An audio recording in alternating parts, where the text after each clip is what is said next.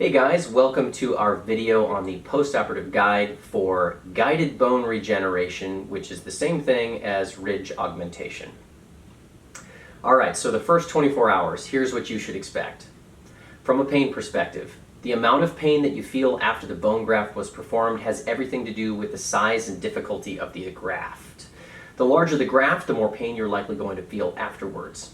If this pain increases significantly a few days, between 3 and 7, after the bone grafting was performed, please call the office for instructions. We want to make sure that you do not have a post-operative infection.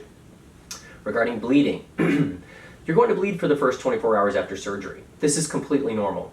Keep in mind that when blood mixes with saliva, it may appear as if you are bleeding more than you actually are. Don't sweat it if you're still bleeding when you go to bed. Just put a towel over your pillow and try to get some shut-eye. Swelling.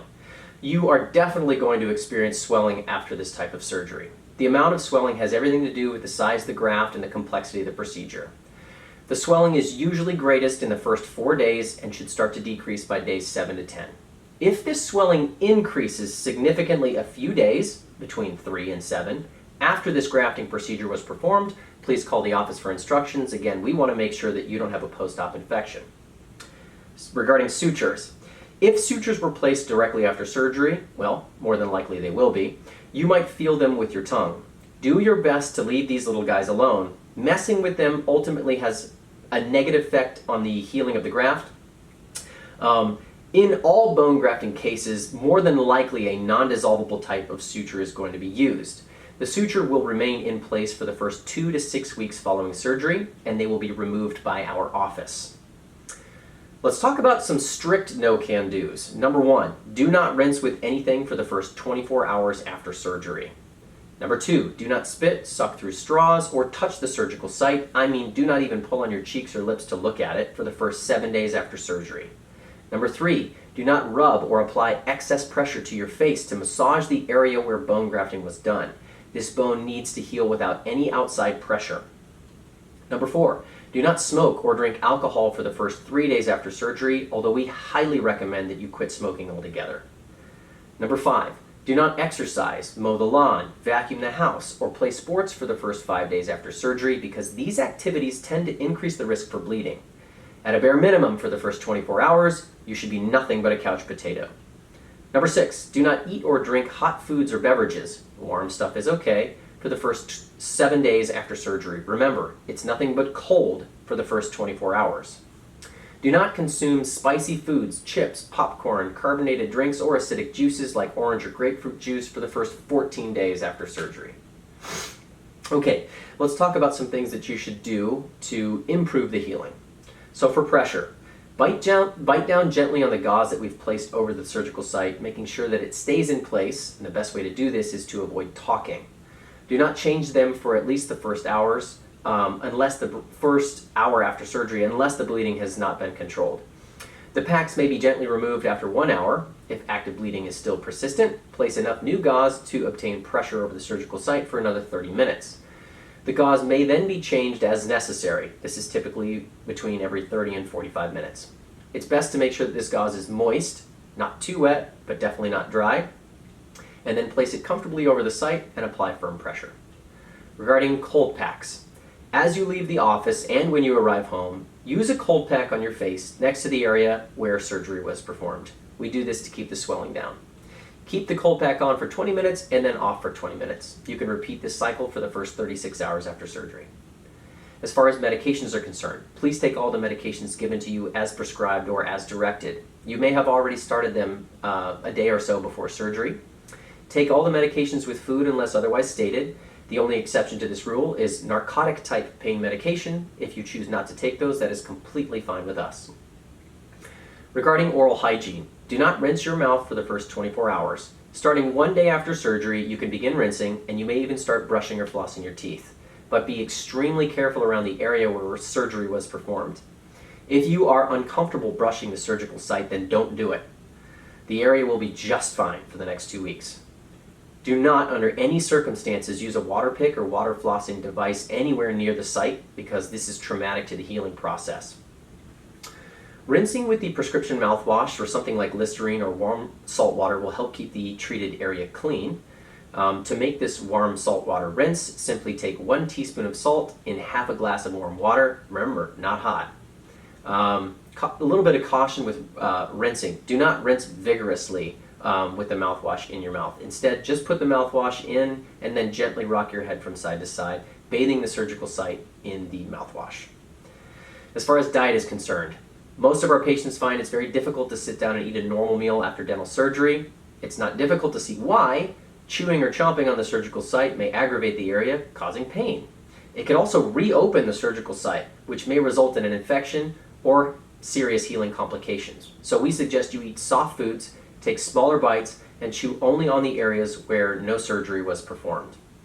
Again, avoid highly seasoned foods. Avoid sharp foods such as nuts, popcorn, and chips. It's important to maintain a nutritious diet while you heal. Patients who maintain a healthy diet of soft foods generally feel better, have less discomfort, and heal faster.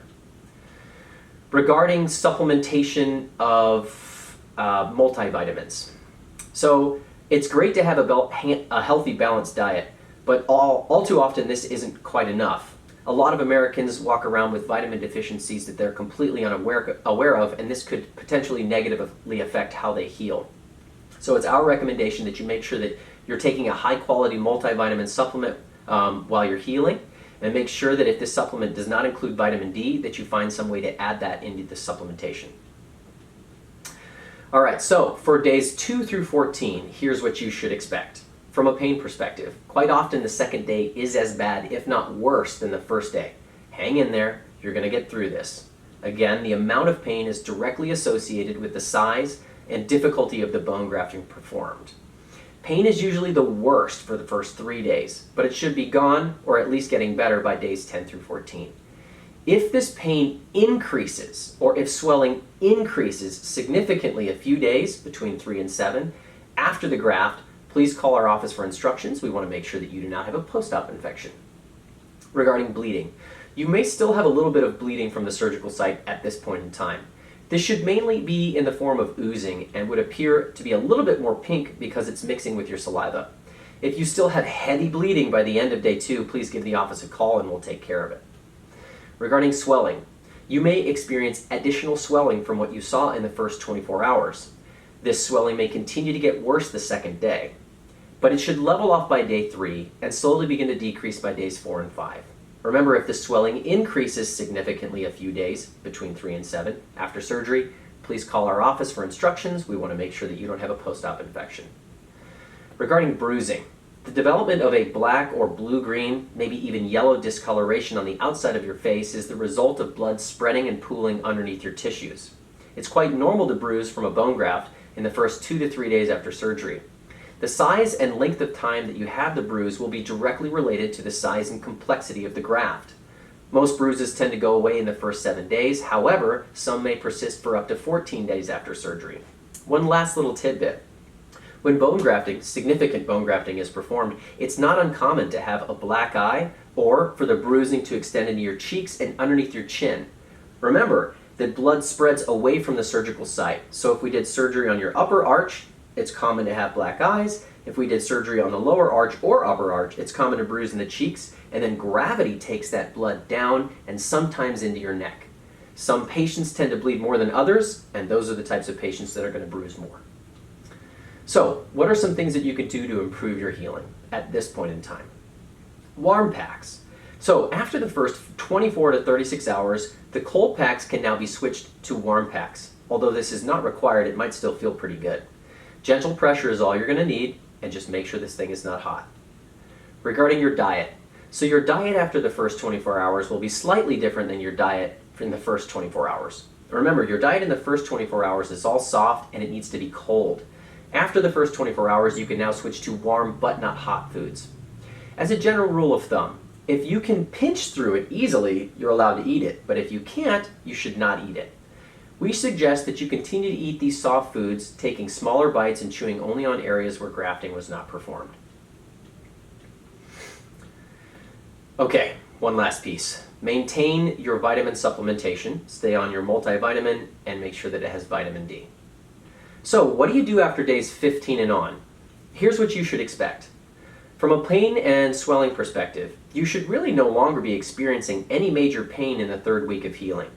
If you do feel an increase in pain or an increase in swelling, please give the office a call so that we can make sure that you don't have a post-op infection. Regarding your sutures, your non-resorbable sutures or non-dissolving sutures will either be removed at your 2-week post-op appointment or a specific time thereafter, dictated by us. If you feel a suture might still be present after the sutures were supposed to be removed, please call the office to make sure that we have not left one in place. Regarding the maturation of your graft, the time it takes for a bone graft to heal will take anywhere between 4 and 8 months.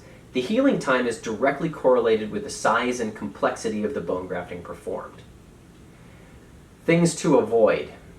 Continue to avoid using the water pick close to the surgical site for the next 4 to 8 months after surgery. Continue to avoid rubbing or applying excess pressure to your face to massage the area where the bone graft was performed. Remember, this needs to heal without any outside pressure. So what are some things that you can do? So by the 2nd week, you should be feeling pretty close to your old self. Discontinue using that oral mouthwash. Continue taking caution brushing or flossing around the surgical site, but don't be afraid to make sure that things are clean back there. Regarding your diet, you need to still maintain a very careful diet. Bone grafting is delicate and shouldn't be disturbed while you're healing. So make sure you take smaller bites, chewing softer foods only on the opposite side of where your surgery was performed. If surgery was performed on both sides, you need to take extra care to make sure that you're on a soft food diet following the recommendations that we listed for days 2 through 14. Make sure that you continue taking your vitamin supplementation and make sure that it includes vitamin D. So then what's next after this? Well, probably if you've had bone grafting, we're going to consider placing an implant in that area. So after the bone graft has had time to heal, which may vary between 4 and 8 months, you will need to come back to the office to evaluate how well this grafting is healed. At this evaluation appointment, we will be performing some 3-dimensional radiograph to assess the size and quality of your bone graft. Then we're going to pick appropriate implant sizes and shapes, and then set you up for your implant surgery itself. That sums up this video for the guided bone regeneration post-op instructions. Hopefully this gives you the insight you need to make sure that your graft heals appropriately, and I wish you a fast and speedy recovery. We'll see you at your post-op.